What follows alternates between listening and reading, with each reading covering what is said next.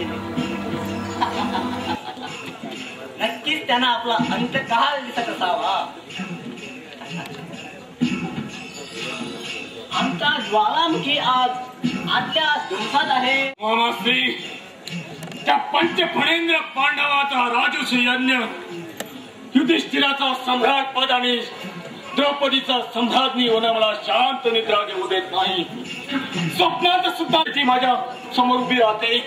अंगाची कशी लाई लाई होते माझ्या. तुझा क्रोध रास्त आहे. शांत हो. ये बैठ.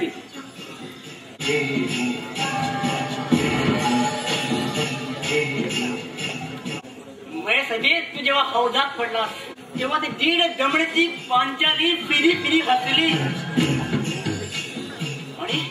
आणि भीमसेनाने जेव्हा अंध पुत्रांग म्हणून हात धरून वर काढला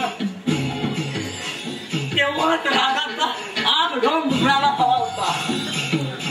मोड टाकायला हवा होता त्या हौदात पांचालीला. उसळला मामा, आग डोंबाई उसळला होता. त्या गमेंडी पांचालीला त्याच हौदात बुडून तिला नक्षा उतरविण्याचा विचार मनात येऊन गेला. पण तातापुढे आपले हात बांधले गेले. मामाश्री, पांचालीच्या सुडाचा जालिम उपाय सुचवा. आहे जालिम आणि सोपा उपाय आहे, पण अंगराजांना तो रुचेल का? शंकाच आहे. त्याच्याची खात्री माझा शत प्रतिशत. मी त्या भिकार पांडवाचा निपात करेन.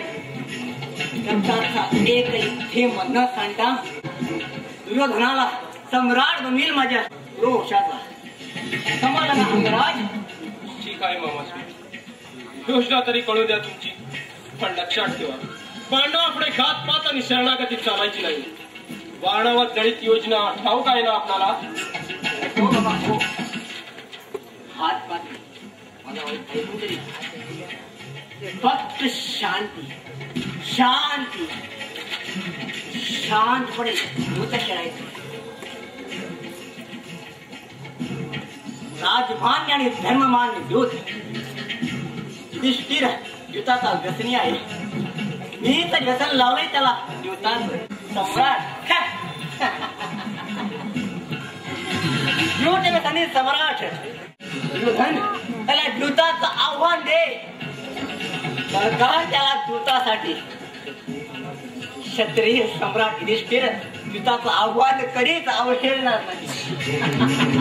धर्मराजची अशी कुचेष्टा करू नका. आणि द्यूत म्हणजे जुगार. यशाची खात्री कुणी द्यायची?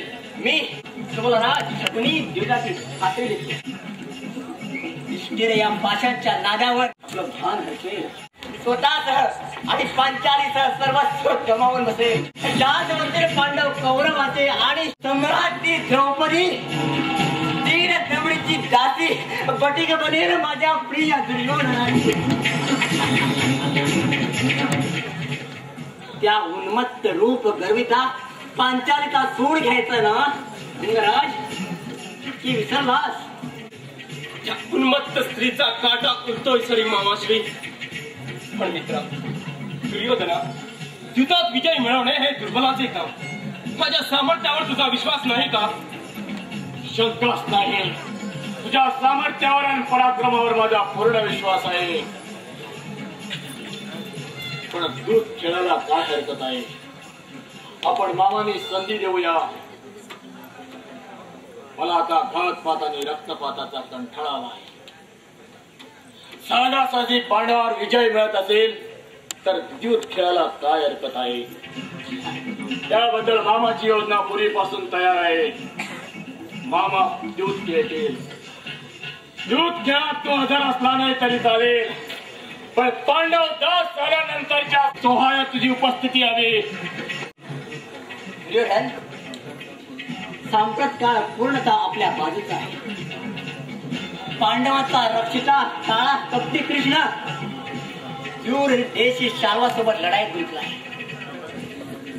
धृतराष्ट्र महाराजांच्या हाती पांडवांना 4 दिवस विश्रांतीसाठी पांचालीचा येण्याचे आमंत्रण घेऊन महात्मा विदळत जातील पांडवाकडे आणि त्यांचे दुर्दैवत्या आहे ते खेचून आणेल. त्यांच्या श्रम परिवारांसाठी नृत्य, गायन आणि जोडीला दूध क्रीडाही घेऊया. त्यांचं मनोरंजन होईल आणि दुर्योधनाचे मंगल पूर्ण होईल. त्यासाठी खास मगध देशातून दुःशासनाने बनवून आणलेले पासे आपला पाच पांडवा भोवती करकटून आवडतील.